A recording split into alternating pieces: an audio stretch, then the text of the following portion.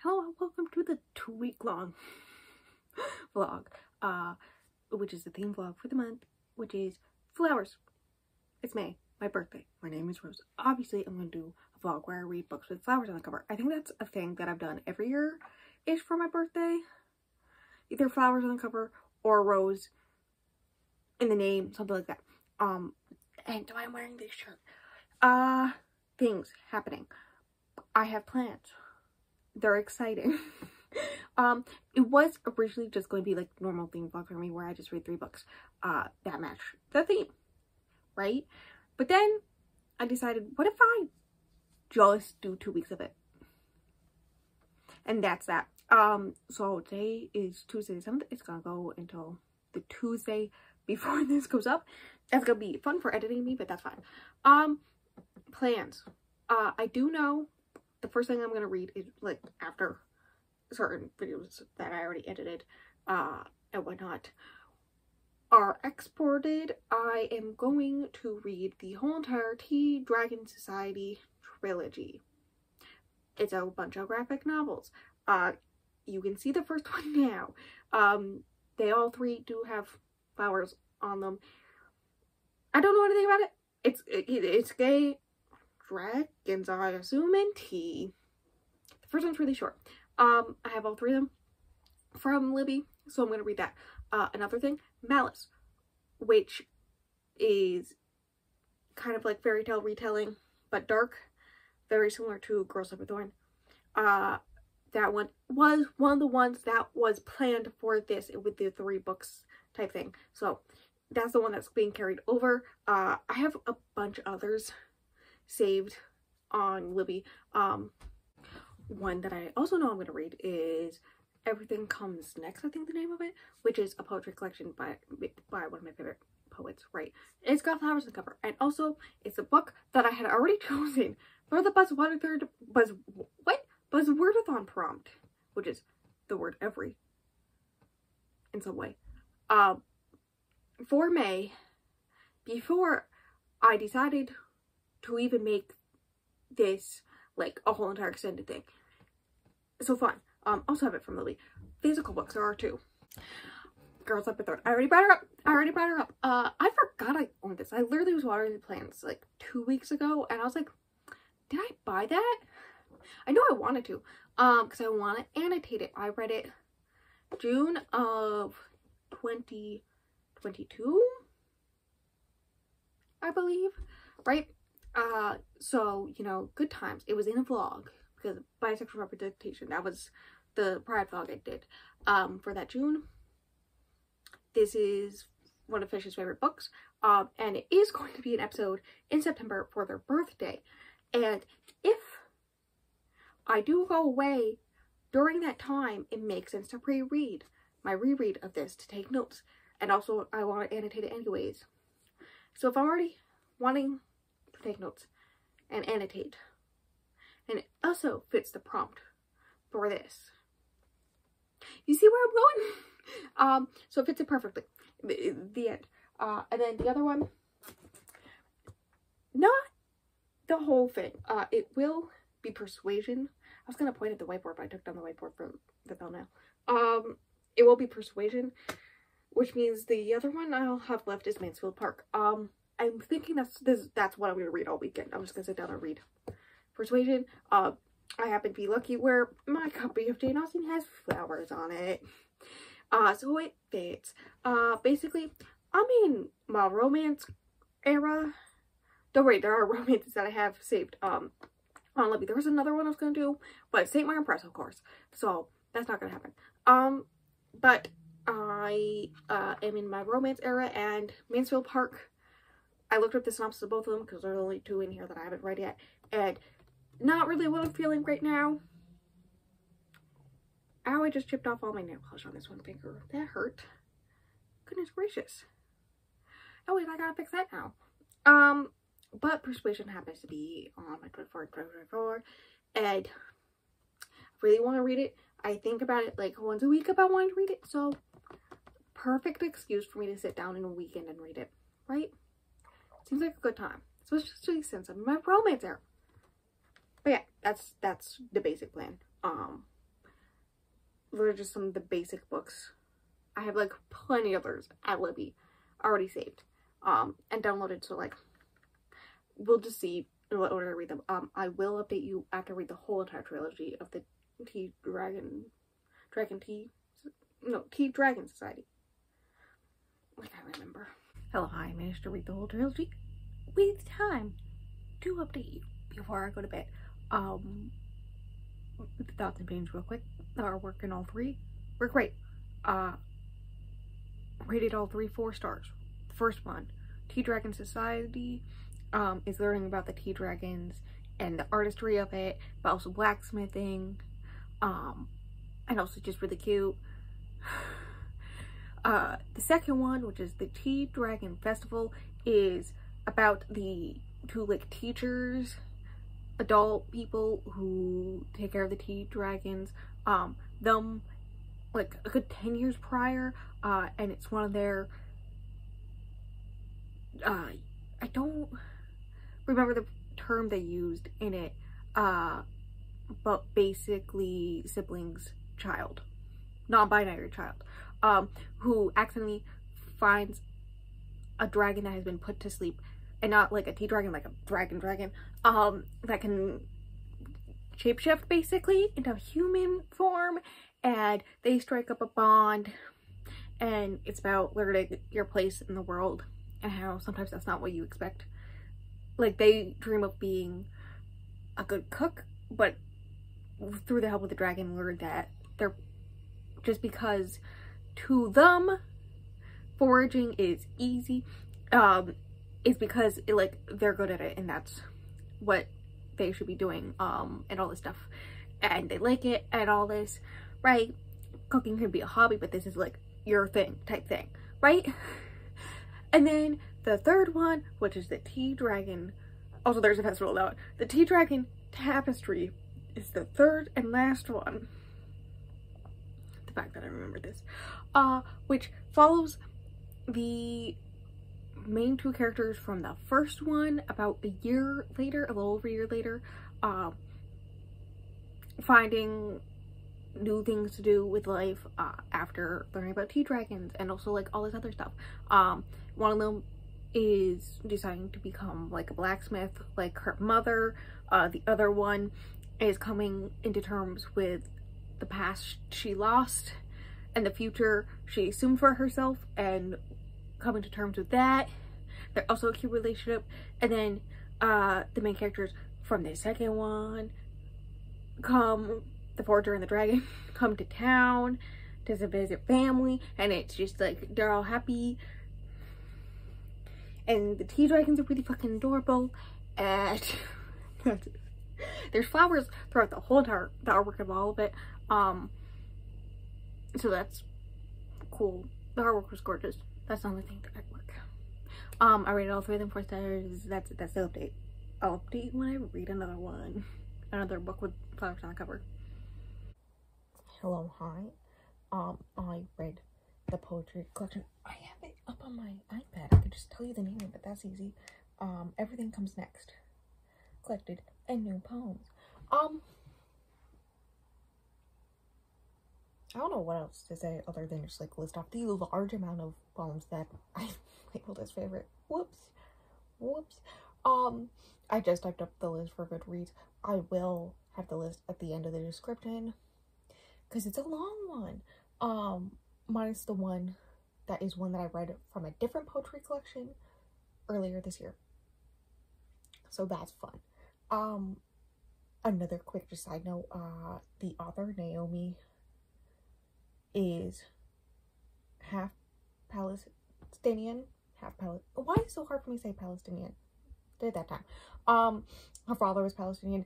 He is dead, during the, she talks about her childhood growing up with him a lot in her poetry, but also a good chunk of this is the grief of his death, and whatnot, and the aftermath. And then there's also a part of time where they lived in Palestine, when I think she was a teenager, right? And so that's also a thing. Also, like, they lived in Gaza, and stuff. So that's just like a thing. She talks about war a lot in the poems. There's like this one section that's just about war in Palestine. This was published in 2020. Reading it now. It's not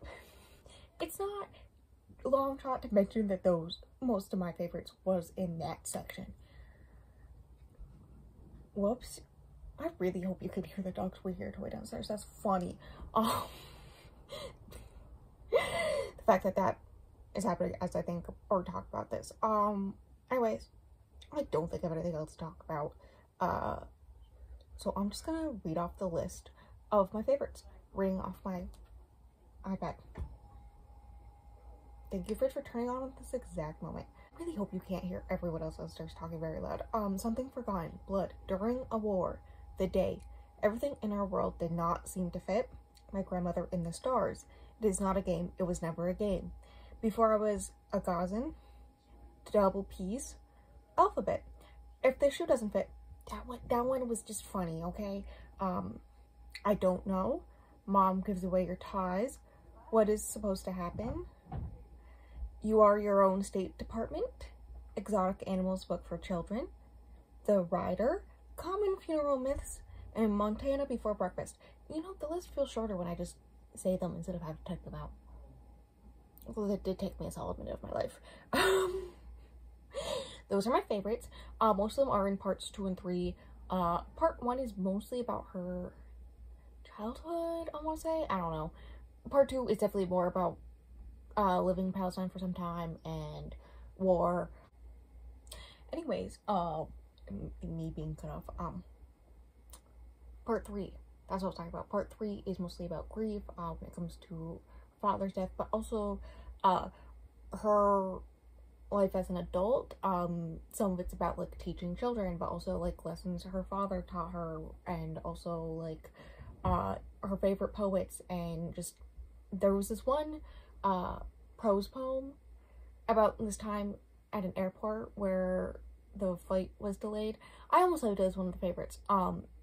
And the there's like a call overhead for anyone who spoke Arabic, and she knew like a little bit right from her dad. So she goes, she takes a minute and pauses, but ends up going, and it happens to be like in the same chair or line that she's supposed to be in, right? And apparently there's a Palestinian woman there who is having a breakdown because she can't understand that the flight isn't like canceled, it's just delayed.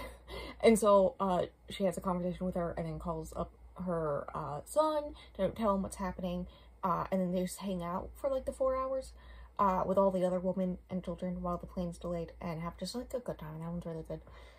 I don't know why I'm bringing up that one specific one. That one's honorary mention, I guess. Why am I like this? Anyways, that's what I did. I read that.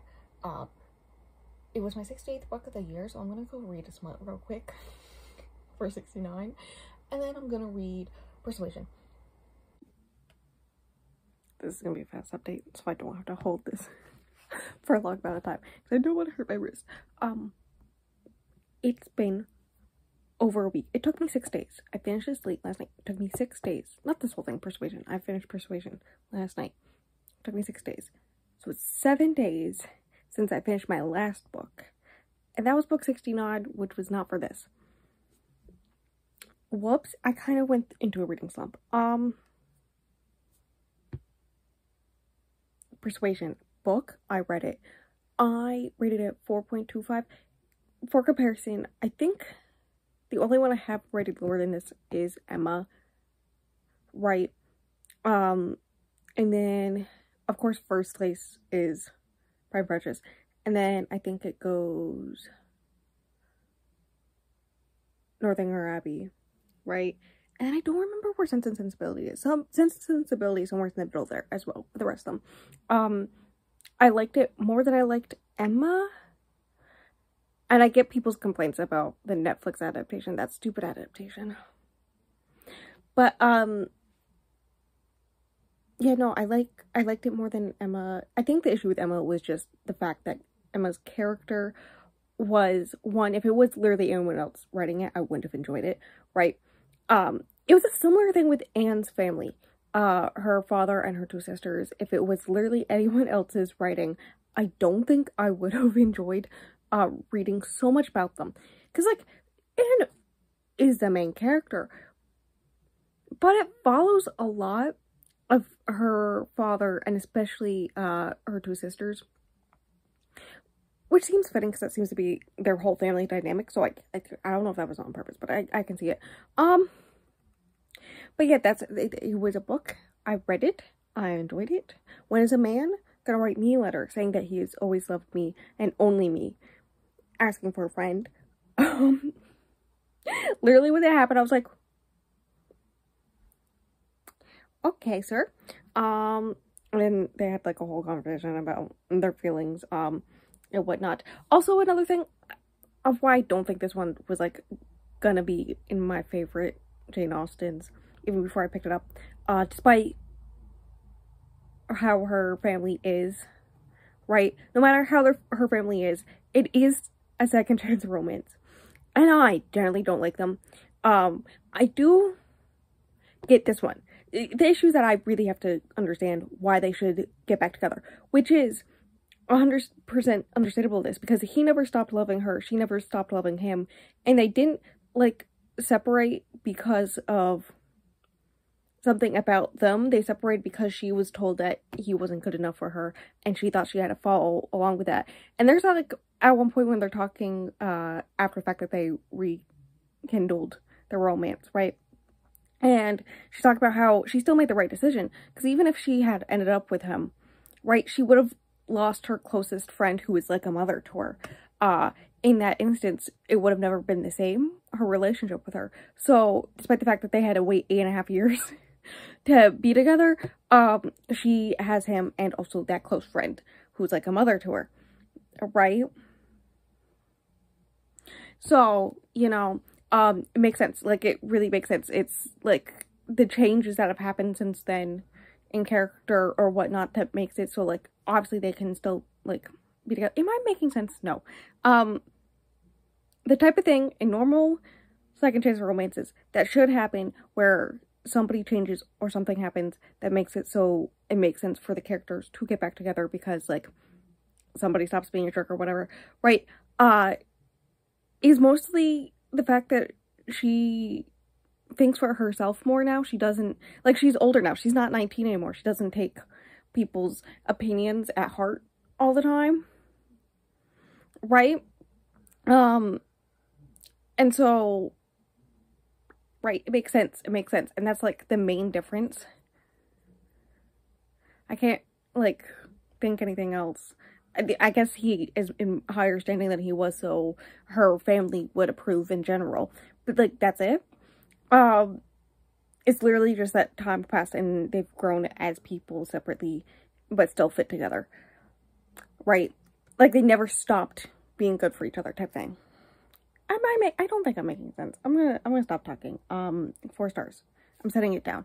I started listening to the audiobook of... I can check. It's on my iPad. I can check. House of Roots and Ruin. It's like a book that's... the audiobook's always available on Libby because nobody picks it up. And I have picked it up a few times, I think, but I never, like, actually read it. That's been an issue with me on Libby recently. So, you know... It's the sequel to House of Salt and Sorrows, right? Many years later. I felt mid about that book. I'm so far feeling mid, like, there's no way it's gonna be over 3 stars. If it wasn't the sequel to one of Fish's favorite books of all time, I totally would have DNF'd it probably by 15%. Because I don't like a good chunk of the characters. Mostly the sister character. I guess it's a good thing I pushed on because now the sister character isn't really in it. The oldest sister, Camille, isn't in it at this point.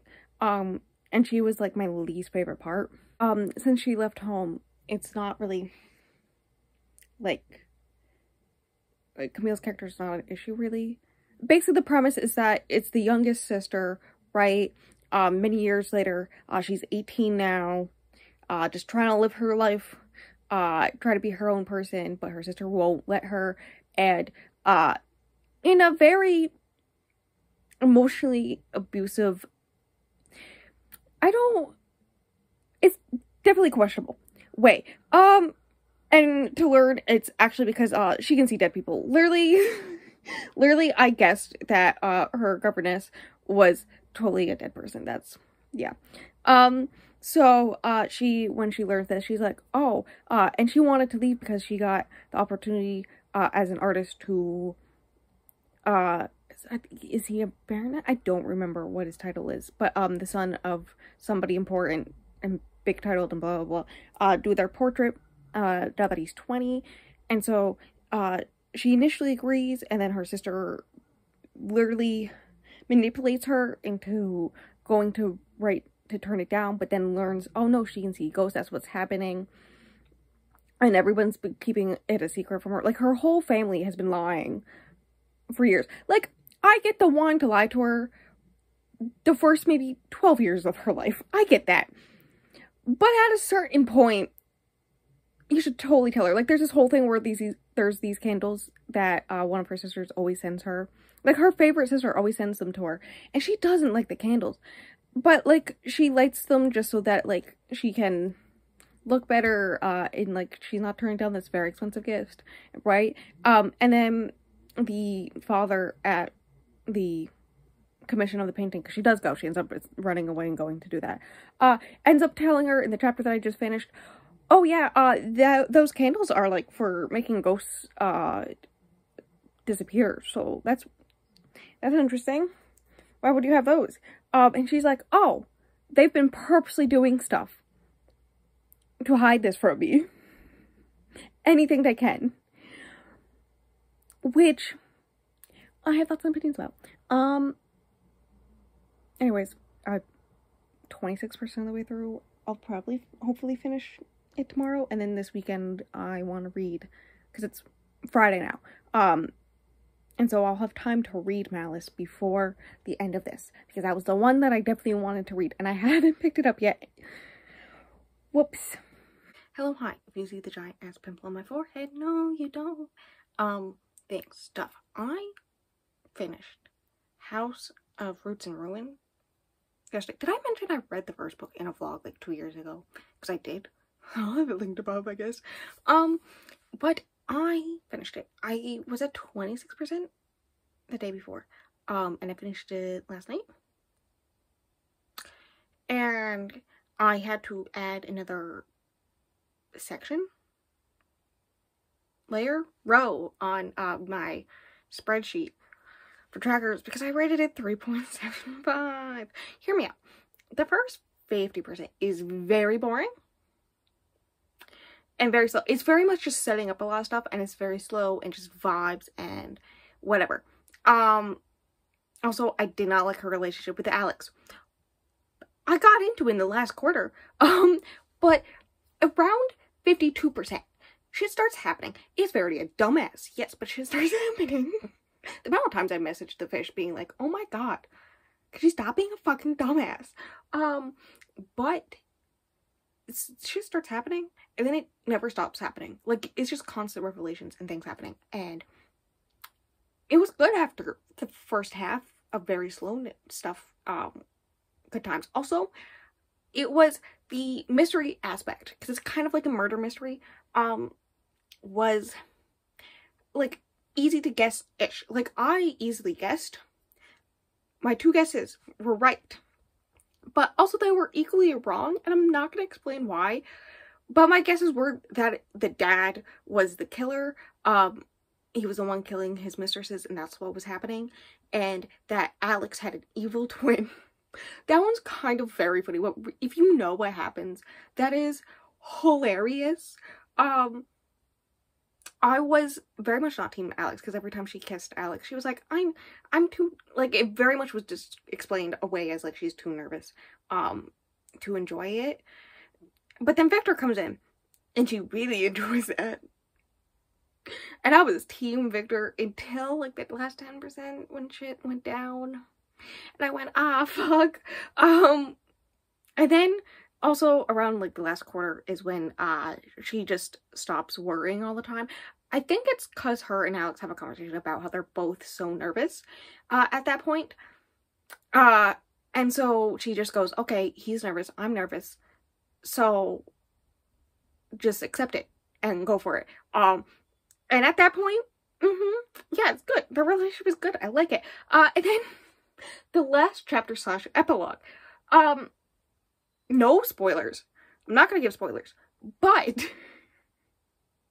I was reading it, and a thing happened, and a character died at the very end. There was a thing where, like, battles or things would be happening, and then she just blacks out or passes out, and then, like, she just wake up in a different area, and it happened, like, 10 times. It was more like 5 times, but it definitely felt much more. But that happens. She wakes up, and she's like, I must see Alex. And I, the person I am, was like, what if it's not actually Alex? You can kind of hear what I'm saying when I said I was kind of right, but also kind of wrong with the evil twin thing. But you're not gonna guess what it actually is. God, that was so funny. But I was like, what if it's not actually Alex who died right in front of her? But then, like, it was setting up, like, they get married, it's happily ever after, all this stuff. And then literally the last sentence of the last chapter, a thing happens. He does something that Alex cannot do. She notices this, and then the epilogue is the burying of the bodies, right? Going through the ceremony that they do in this culture. Country? I don't know. I don't know how it's set up in that sense. But, the girl attending one of the bodies notices a thing that has to do with Alex. And then it just suddenly ends. And I know it's not going to tell us what happens after this point. Like, the horror that Verity is going through because of the very end of this book. Like, the last sentence of the last chapter and the epilogue. Like, how does she get out of that? And we will not know. Because I know there is a 3rd book planned for 2026. And it's not going to be what happened or the aftermath. I just know it. Is there any information out about it? I'm pretty sure no. Did I check? No. Am I still sure of this? Yes, because the first one was about, like, one of the middle sisters. And this one, she's, like, the last sister. So, like, I assume it will have to do with another sibling or something like that. I don't know. Anyways, I rated 3.75, which is more than House of Salt and Sorrow, the first one, which I rated 3 stars. My opinions is, it has been 4 years, I believe. I think that one came out in 2019. So it's been 3-4 years since that one's come out. Erin A. Craig has had more practice writing. She's had other books come out since then. I know at least one because I bought it for the fish, right? So she's had more practice. And I, the person I am, think that helped. It's very much like the Aristotle and Dante duology, where I was very made about the first one. I gave it 3 stars. And then I read the second one, and I'm pretty sure I rated it 5 stars. Like, it was spectacular. I was sobbing in bed, right? Because I get the whole thing where, like, a long time between books and series, like, why and all this stuff. But also I get, like, the author has more practice in writing in between that chunk of time. And so you can just, like, see how much better it is. And in my thoughts and opinions, House of Salt and Sorrows. If you didn't like it, I say go for the sequel anyways, because it was pretty good. Also, the audiobook I recommend. It's pretty good. I said go for it, give it a try anyways. It is kind of slow in the beginning. Very similar to the whole other book of House of Salt and Sorrows in that way. And then, also, if you liked House of Salt and Sorrows, just a little bit, or even a lot, I recommend the second one because it was spectacular. And if you're someone who hasn't read the first one, but the idea of wet, cold vibes, murder mystery with ghosts, kind of a love story, but also there's, like, a bunch of, like, stuff with gods and curses and stuff going on in the background. Just go for the second one, because it's not important. They bring up a little stuff that happened in the first one, but, like, 100%, I remember 0.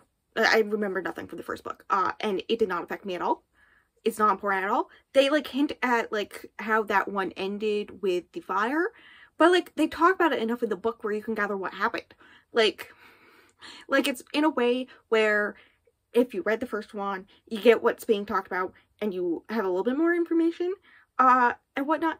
But if, with the stuff that is there and written, you won't be annoyed of having to, like, hear about the stuff again, right? Like, it's not annoying to you having to relearn this stuff because it's not, like, info dumpy. Kind of like how in Vampire Academy sequels, it was very info dumpy in the beginning with all the background information, right? That you learn in the previous books. I remember that, at least for the second one. But also, if you haven't read the first one or it's been a long time, it's in a way where you don't feel lost, but also you understand what's happening, but also it's not info dumpy. Again, this is like a thing. It doesn't feel like you're just shoved all this information from the first book. No, it like comes up occasionally. It's like little background information, little sprinkles here and there. But it's like not important to the story. So like, it's fine. And it's good. I liked it a lot more than I expected. And also another thing I wanted to bring up is this is the fourth book for this vlog that I've read where a character is in a wheelchair, right? The first and the third T-Dragon books, one of the characters is in a wheelchair. The second one's a prequel, so like he's not in the wheelchair in that one, because it takes place, I think, before, I think that one ends with him going on the adventure where he ends up being thrown and paralyzed. But yeah, that's the thing in that one. There's a lot of representation in that series. But then in Persuasion, there's like a side character that's good friends with Anne. She's like basically the only person that she's friends with that's not like a member of her family. Or friends with Wentworth. That's his name. So like it's outside of her normal world. Like she used to be school friends with her and whatnot. I guess technically she has a connection through the cousin, but like it's not a big deal because they don't talk about it until the very end of the book. Also, it's been a while since I've watched the Netflix adaptation, because why would I watch it again? But I don't remember that character being in the Netflix adaptation, which feels a bit icky. But also Alex is in a wheelchair in this book. So, you know, that's just a thing. I wasn't expecting it, but it's happened multiple times. Anyways, I got other things I gotta do. So I will talk to you later.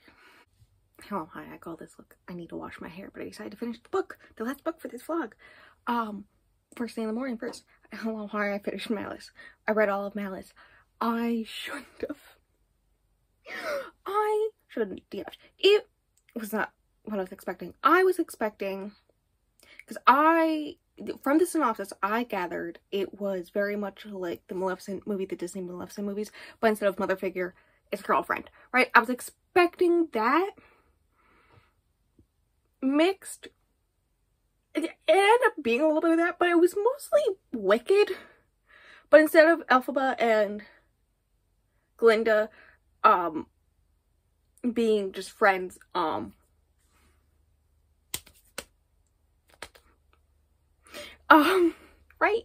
And that's fine. There was like hints when she turns to the dragon. I was expecting it. I expected everything that happened. Basically. But when she turned the dragon, the spindle stuff, all that stuff, I was like, okay, yeah, cool. That's fine. But here's the thing. I was not expecting Alice to be just the type of character trying to live her life, and then everyone else either tortures or horrendously bullies and harasses her. And then she does get her comeuppance at the end by killing everybody, but we don't really get to see it. Like, we only get to see one, and that was like one in the heat of the moment that brought her to the edge because she learned something, but like that person was like friendly to her this whole time, right? Like one of the two people who were friendly to her. Like, it, yeah. I feel like I have to describe more. I rated it 2 stars, by the way. I'm not continuing the series. It's only duology, but still. It's sad because I was doing so good with duologies. But basically, it follows Alice, and there's like this thing, the background lore that sets up the world is very confusing. There's like 3 different wars. I think there's like the war. When people say the war, they usually mean the war between the humans and the Fae, right? But there was also before that the war between the Fae and the evil Fae, which is what Alice is. She's part evil Fae. But then there was, I don't know when this happened, it was after the war, where despite the fact that the evil Fae were killed off, I think put a curse on the family line for the royals, which is the curse, true love's curse, the thing, blah blah blah, right? All that stuff. And so because that's what Alice's people did, she is harassed, bullied. She is literally tortured and straight up attempted murdered multiple times in this book. The guy who does the torturing and attempting murdering, at one point, one character does say, this is when I wanted to give up. This is when I knew it was going to be 2 stars. Because the rest of the time it was like 3 stars. It was very mid. I don't like bullying in books. I was going to DNF, but then for some reason I decided to spend my free credit at Audible on this book, so that I pushed through it. That's the only reason I finished it. Because I was not having a good time. I was very mid when I went to bed last night at like 66%. And then I woke up and I started listening to the book again, and oh boy, one of the only people who is nice to her tells her to, you know, just be nice to the people who harass her all the time. But the guy who literally tortured, threatened to kill her, did say that he tried to kill her when she was a baby, but they wouldn't let him. And then also, like, straight up says, if you do anything, I will kill you. All this stuff, like, basically waiting for her to do anything that will make him liable to kill, like, able to kill her, within reason, right? So literally anything. And there's other characters like, you guys could be, like, good friends. You should just forgive him. Yeah, and the way that Alice didn't put together that that friend was working for him, spying on her, because someone had to be. Yeah. The amount of times that, like, Alice will figure something out in the heat of the moment, and people are like, wow, Alice, you're so smart. Even people she's fighting against in, like, a fight against the guy who she thought was her friend, but was secretly evil, obviously. They're like, wow, Alice, you're so smart.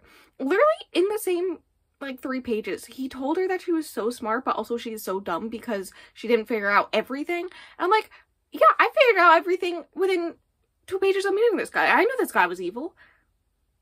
Right? Like, obviously, the guy who tortured her is the guy who put her there.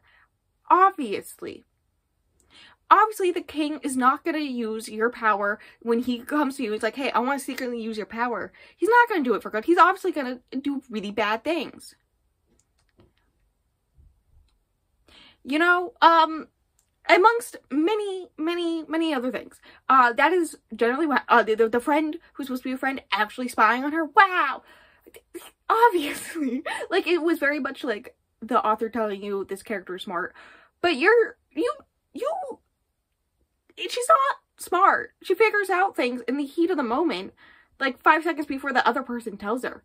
And they're like, wow, you're so smart. It's not smart. And then also we're told that she's like the most powerful being and all this stuff.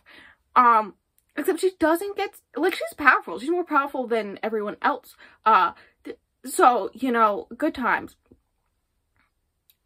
But, and hear me out, you know, she doesn't get, a thing happens at the end of the book, near the end of the book, and she gets even more powerful, and that's how she turns into a dragon. And so she's the most powerful being, but then, and she can do anything, take over the world, but then she gets even more powerful, and now she's the most powerful being, and literally is burning everything to the ground. Valid for the way that everyone treated her, but we don't get to see anyone get their comeuppance, because, like, she's just burning buildings down, and she's like, there, now they'll burn to death in there, and I'm like, cool. I guess I don't get to see that. Like, these people who horrendously tortured you, like, you played a little trick on them one time. Ooh, and you almost choked out one of them once. But stopped. She did the same thing to the king. The evil king, she almost choked out. She was about to choke him out, like, really about to kill him. And then the princess, Aurora, her lovers, are like, no, please, you can't. Despite the fact that this man's literally just said he was going to kill his own daughter, and he already killed his other 2 daughters so that he could take over the country. And then he's all like, oh yeah, if you try anything ever again, I will kill my daughter. So now I have control over you, which nothing comes of that. And then he's all like, oh, also, don't worry, daughter of mine, you can roll with me by my side as my queen. What? And he hadn't made the plan, like, he hadn't told anyone that if anyone harm comes to him, kill Aurora. So she could have just killed him again. Like, easily. Anyways, everyone was very stupid. Everyone was very stupid. Everyone was horrible to Alice, and I don't like reading that. And then the Knappes that came didn't feel worthy, right?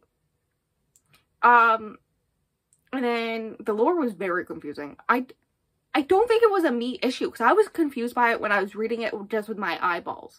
And I wasn't listening to the audiobook very fast. I started listening to the audiobook when her friend there was like, hey, you should forgive your abuser and start working with him. That's when I pushed it up all the way that Audible would let me, which is 3.5. But before that, I was at a normal speed. I swear. And it ate my brain. I don't understand any of it. I think I've given every reason why I dislike it. It was very mad before any of that shit happened. And then I was thinking 2.5. And then the shit with the, hey, maybe you should forgive your abusers. And just be nice to the people who harass you constantly just for existing. And also people telling her multiple times because she was tortured and abused and she has scars from it. But, like, it's not as bad as what happened to me. It's what multiple people said, including a princess. Like, yes, the prince has been going through shit, but did people try to drown you in a tub as a baby? Because, you know? And Alice really accepts it every time someone does that to her until the very end when someone's like, listen, you don't understand. You haven't been locked in a cage. She's like, bitch, what the fuck are you talking about? And that's when she kills her. And I'm just like, ugh. Because that wasn't the one who felt worthy of, like, a death we actually get to see. Hear me out. Maybe Rose should have. Or Marigold. Definitely Rose. Anyways, around that point is when I was like, 2 stars. And that's where it's staying. It's going at 2 stars. I'm not picking up. I'm not even going to touch the second one. At one point, up until that point, I was thinking maybe if something shocking happens at the ending or leaves at a big cliffhanger, I will pick up the second one. Maybe, if I can get my hands on the audiobook. But, alas, that didn't happen. There's, like, not really a cliffhanger. She just kills a bunch of people. And then, the end? Like, I guess Aurora is in a sleeping curse that she has to try to break, but if she breaks it, then Aurora will forget who she is and just think she's evil. So I guess there's that, but, like, I don't care. I honestly don't care. They're already all dead. What's the point? Like, 2 stars. I'm gonna go wash my hair and do other things. Thank you for coming to the vlog. This is the last vlog of the month. Next week, TBR. And then you get some good old weekend vlogs and finishing series vlogs. I think the way I was gonna say it's the wings vlog. No, it's not. It's the gay vlog. Bestie chose the fish chose 3 books off my TBR that really looked as clear. So I'm gonna read those. And that's gonna be a vlog next month. That's the theme vlog. That is everything. Thank you for watching this madness. I don't know how long it's gonna be. I haven't put all the clips in yet, so I'm sorry in advance. And until next time.